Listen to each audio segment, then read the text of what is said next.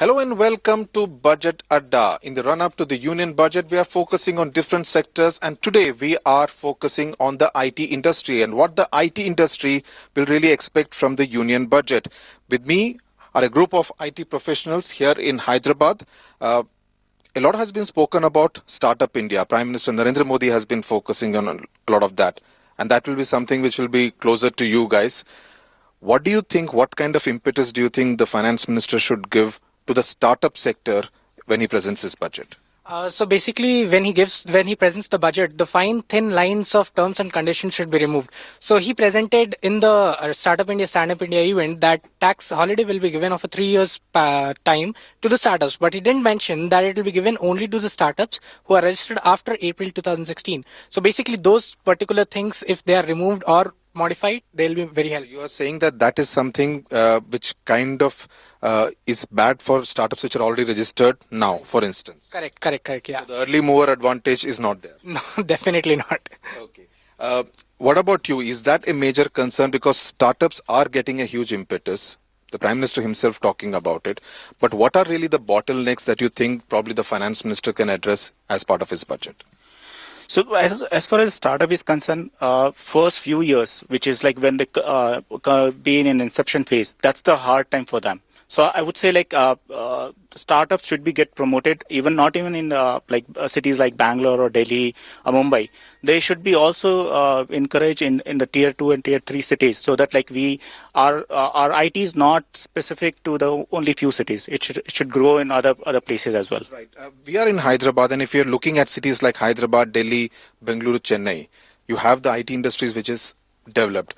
You think that unless you do the same in the smaller cities, IT and even the startup culture may get restricted only to the big cities and not to the small cities? At this time, I feel it is the situation. It has to be motivated for small cities as well, but still we don't see some concrete plans being in execution. So you would think that the budget should address that, but do you think it's all about only tax holidays as far as the startup culture is concerned? He spoke about the fact that the tax holiday has been given for startups registered after April 2016. But is there more than just giving tax incentives? I think there is more, because now that the government has identified 20 smart cities, I think the development should be there as well, because that will bring more foreign investment, and also IT sector will start thinking about starting more companies in those kind of an area. So there, even the local people will be encouraged to start their own business. So I think it should be more widespread. You mentioned about smart cities. We have now 20 smart cities which have been marked, right? I look at smart cities as a marriage between technology and citizen services.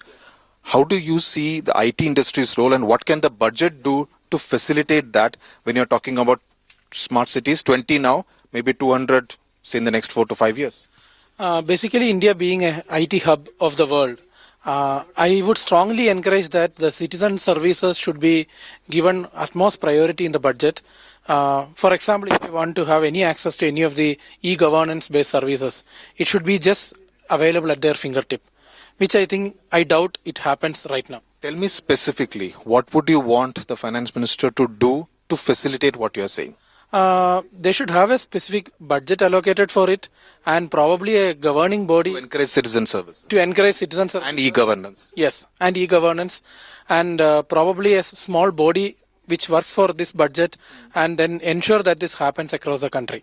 Right. Do you see that this marriage really happens between using technology, or is it only few governments, few city councils which are good at using technology, taking the help of people like you to enable citizen services? Yeah, completely. I mean, we are completely aware that right now only 2 or 3, 4 maximum cities are really using the IT services properly. And I would actually want the government to take a look outside the cities, even on the highways probably, and enable citizen services in a better way. Probably if we are traveling, have some initiatives about the restroom services or parking services or any such basic services that the citizens might enjoy. So it should not just be limited to cities or towns or rather villages, but even outside the places. The sense that I get is that you're talking that the budget should actually encourage a lot of entrepreneurship, especially in the IT sector, and the budget should give a fillip. Is that the way you're looking at it? Is that the big expectation from the budget? Yeah, I mean, if if you give the thing to the startups, I mean, a lot of startups can grow. I mean, a lot of things can be solved. That's what I'm looking at. I mean, a lot of entrepreneurs can come up and they can solve the problems. Now, there is one problem, parking. I mean, like finding a park. Some entrepreneur can just come up and build an app for parking lots. I mean, that can solve a lot of problems. So. Now, the other big thing is about digital literacy. It's not just about smart cities. There is a lot of talk about how to get more and more people digitally literate. Do you see the budget having a role to play as far as doing something like that is concerned? Yeah, of course. I mean, the IT sector, when I see India as a country, then very less people I see who are digitally literate. When you talk about, if I ask someone, okay, fine, go and file a create a PAN card done. So I'm not sure if more than 30% of the people can do it. Not just that. If they want, even they want to check the results of their children, etc., they are not able to do it. This is just because we have IT. Talking of two Indias, there is an India which is digitally literate, but in a minority. There is a vast part of India which is not digitally literate. Do you see a role for the budget to actually facilitate that they can also join the rest of the crowd? True. That is because they do not allocate, or if the budget allocated for promoting the digital literacy is not there, then I mean, everyone holding a phone just doesn't mean that they are digitally literate, right? I mean, holding a smartphone does not make you smart. Yeah, exactly. So, like, we just saw that I just cancelled the free basic stuff. Well, I'm not going to comment on that part, but yes, I mean, things like this should have been initiated from the government and not from Facebook. So if government has such a plan, putting up Wi-Fi's and making villages literate, then probably we could have achieved this fast. You spoke about Wi-Fi. Now every politician generally talks about the fact that I will make my city, my railway station, my airport Wi-Fi enabled. Is that the big role for the IT sector that you see? What impetus do you think Arun Jaitley should give in his budget as far as your sector is concerned? I mean, so right now they are doing it in the railway stations, but they need to expand that to a, more than just the railway station. So, and we need to make the people aware about that, new things, and they should be using the new technology. So that way we can make the, more digital knowledge hub. Okay, now you are like the cream of the society, not just in earning power, but in terms of profile, stature, etc. Do you also get the sense that probably you are, the budget probably does not give you many lollipops and instead penalizes you much more?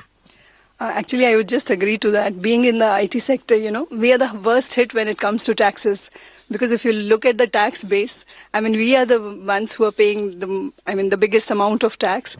And perhaps what they should look at is increasing the tax base. We are talking about 120 crore people, and there are only, let's say, 4 to 5 crores who are paying taxes. I'm not trying to say that everybody should be penalized just because... Are you saying that you end up subsidizing the poor of India?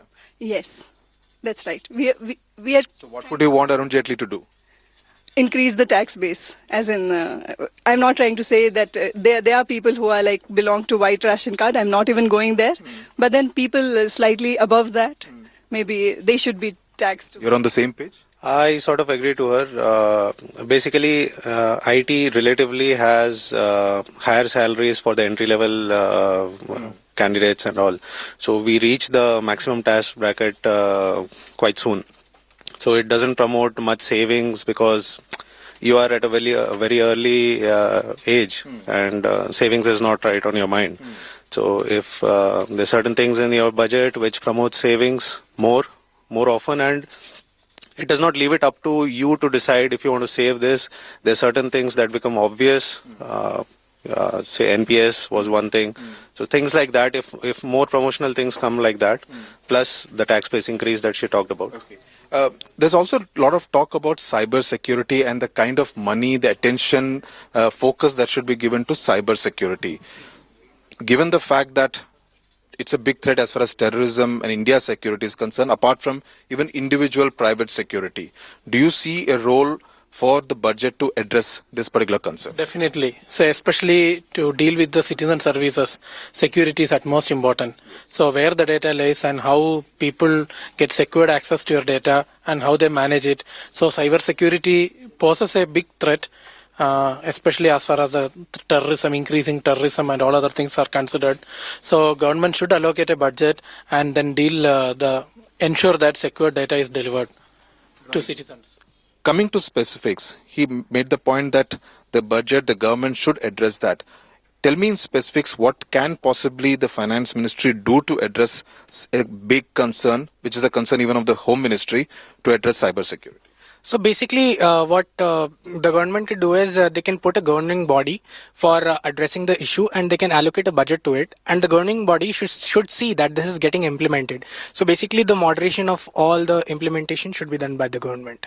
Final word, when you look at the budget, do you look at it when you're listening to the finance minister's speech, do you see it as individuals or do you see it as a software professional? Is there a difference? Yes, definitely. I mean, personal interest is in everybody's mind. So yeah, we definitely look for what slabs or what tax benefits we are going to That she has already mentioned. So that's definitely the thing. But surely as a software professional, that's also part of our life. And we do look forward to what he's having for the software professionals this time. I leave the final word to you. Do you have anything to add to what she said?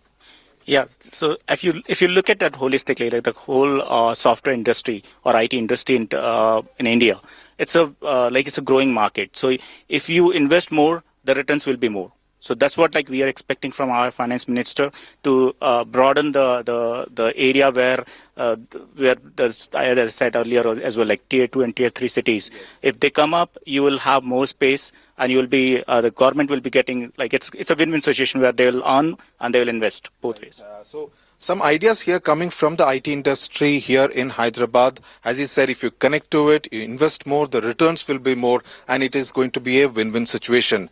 That's it from the Budget Adda in Hyderabad from the IT sector.